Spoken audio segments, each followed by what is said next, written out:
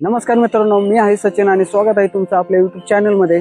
तर आज आपण अशा ठिकाणी जात आहोत, या ठिकाणी प्रभू श्रीराम यांच्या पदस्पर्शाने पावन झालेली भूमी म्हणजे रामधारा अशा पवित्र ठिकाणी आज आपण जात आहोत.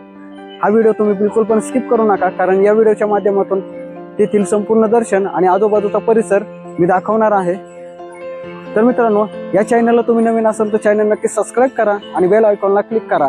चला तर मग जास्त वेळ न घेता आता आपण आपल्या प्रवासाला सुरुवात करूया.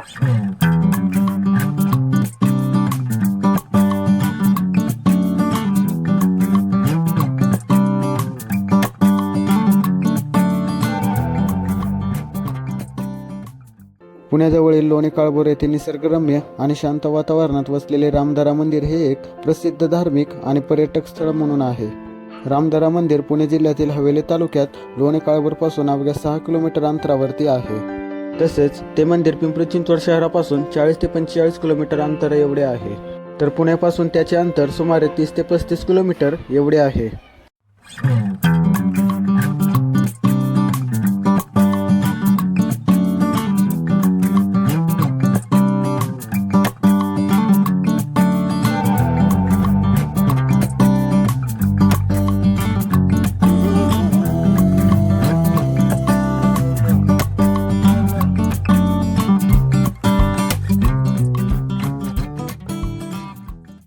मित्रांनो, आता आपण इथे येऊनच पोचलो आहोत. एवढ्या उन्हाळ्यामध्ये येथील ऊन बाहेरच्या तुलनेने कमी जाणवत आहे. येथील वातावरण खरंच मन प्रसन्न करणारे आहे. इथे आल्यावर वाटत आहे की येथील हे ठिकाण बघण्यासारखे आहे. मित्रांनो, मी आता येऊन पोचलो आहे रामधारा या ठिकाणी. चला तर मग तुम्हाला येथील मी संपूर्ण दर्शन आणि आजूबाजूचा परिसर दाखवणार आहे. चला तर मग आता आपण जाऊया. मित्रांनो, तुम्ही माझ्या पाठीमागे बघू शकतात, ही आहे पार्किंगची जागा. इथे तुम्ही तुमची 4 व्हीलर किंवा 2 व्हीलर लावू शकतात.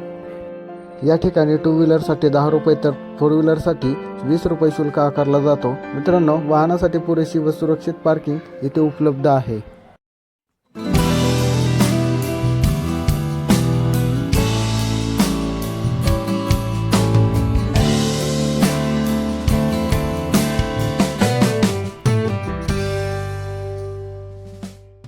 मित्रांनो, समोरच आपल्याला भूल पाडणारे मंदिराचे छान दृश्य दिसत आहे.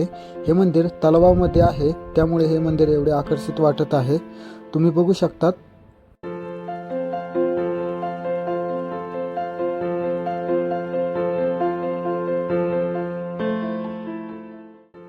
आता आपण ह्या ठिकाणी आतमध्ये आलो आहोत. समोरच आपल्याला आकर्षित मोठा हत्ती बघायला मिळतो. लहान मुलांसाठी तसेच पिकनिकसाठी हा परिसर खरंच खूप छान आहे. शहरामध्ये दैनंदिन जीवनाच्या धावपळीपासून लांब या ठिकाणी आल्यावर खरंच मन प्रसन्न आणि चिंतामुक्त वाटत आहे. येथील ही मोठी झाडे आणि उन्हाळ्यातील हिरवळ खरंच छान आहे. आपण मंदिराच्या चारी बाजूचा मनमोहक परिसर बघणार आहोत. मित्रांनो, समोरच आपल्याला छान असे कासव बघायला मिळालेले आहे. तुम्ही बघू शकतात. मित्रांनो, या ठिकाणी मंदिर सकाळी 7 ते संध्याकाळी 5 वाजेपर्यंत चालू असते.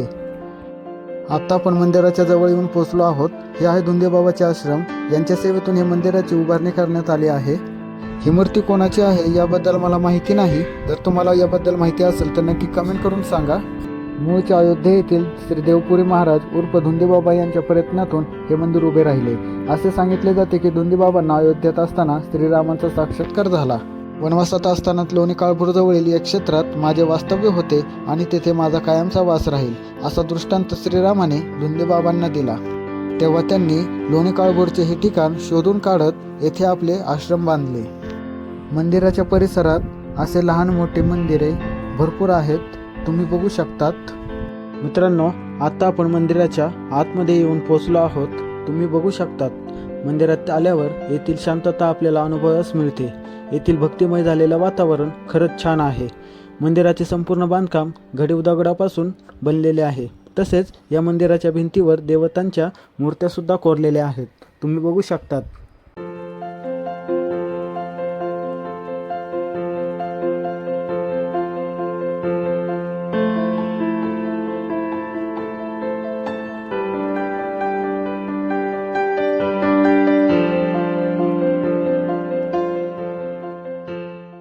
मित्रांनो, हे आहे मुख्य मंदिर. तुम्ही बघू शकतात. मंदिराच्या समोरच आपल्याला नंदी बघायला मिळतात.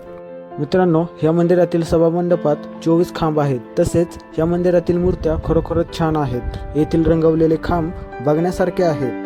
मित्रांनो, आत्ता आपण मुख्य मंदिराच्या सभामंडपात प्रवेश करत आहोत. मंदिरात प्रवेश केल्यावर सर्वप्रथम आपल्याला डाव्या बाजूला गरुड देवताची मूर्ती बघायला मिळते, तर उजव्या बाजूला आपल्याला श्रीराम भक्त हनुमानाची मूर्ती स्थापित केलेली दिसते. मित्रांनो, आत्ता आपण मुख्य मंदिरात सर्वप्रथम दर्शन घेऊया. गर्भगृहात शिवलिंगासोबत राम, सीता, लक्ष्मण आणि दत्ताच्या मूर्तीची प्रतिस्थापना करण्यात आलेली आहे. इथे आपण दर्शन घेऊया. सभामंडपाच्या उजव्या बाजूला धुंदेबाबाची संगमरवरी मूर्ती आहे. हेच ते धुंदेबाबा यांच्यामुळे मंदिराची उभारणी करण्यात आलेली आहे. तर डाव्या बाजूला यज्ञासाठी कुंडही बांधण्यात आलेला आहे, तुम्ही बघू शकतात. तसेच येथील भिंतींवर देवतांची भरपूर शिल्पचित्रे मन प्रसन्न करणारे आहेत.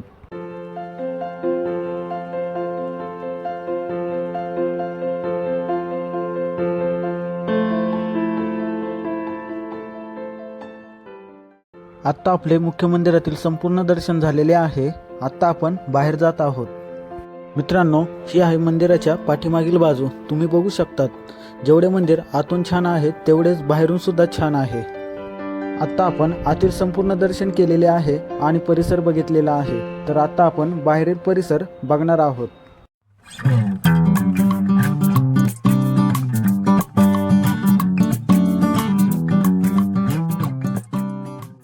मित्रांनो, येथील हा परिसर खरोखरच बघण्यासारखा आहे.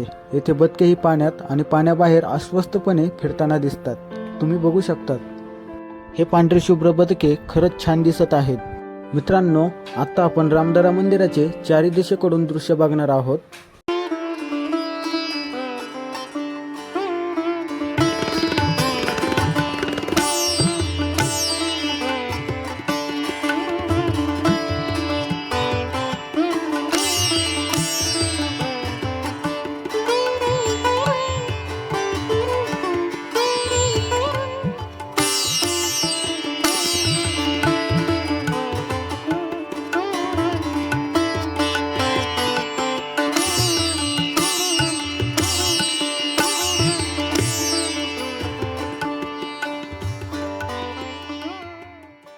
मित्रांनो, आता आपण मंदिर आणि तलावाच्या भोवतालचा परिसर बघणार आहोत.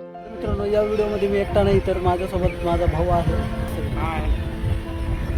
मित्रांनो, निसर्गाच्या कुशीत आल्यावर खरंच छान वाटत असते.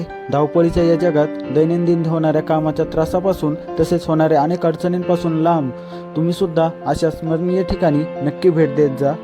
तर मित्रांनो, आत्ता आपले आतील संपूर्ण दर्शन आणि आजूबाजूचा परिसर बघून झालेला आहे. तर आत्ता आपण बाहेरच्या दिशेला जात आहोत.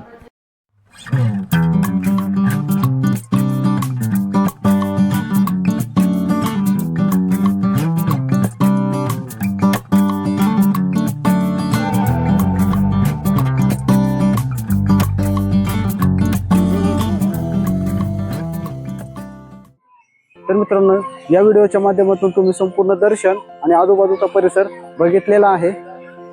चला तर मग वेळ आली आहे व्हिडिओ हा थांबवण्याची. तर या चॅनलला तुम्ही नवीन असाल तर चॅनल नक्की सबस्क्राईब करा आणि बेल आयकॉनला क्लिक करा. चला तर मग पुन्हा भेटूया नवीन अशाच व्हिडिओमध्ये. तोपर्यंत तुम्ही आणि तुमच्या परिवाराची काळजी घ्या. जय हिंद, जय महाराष्ट्र.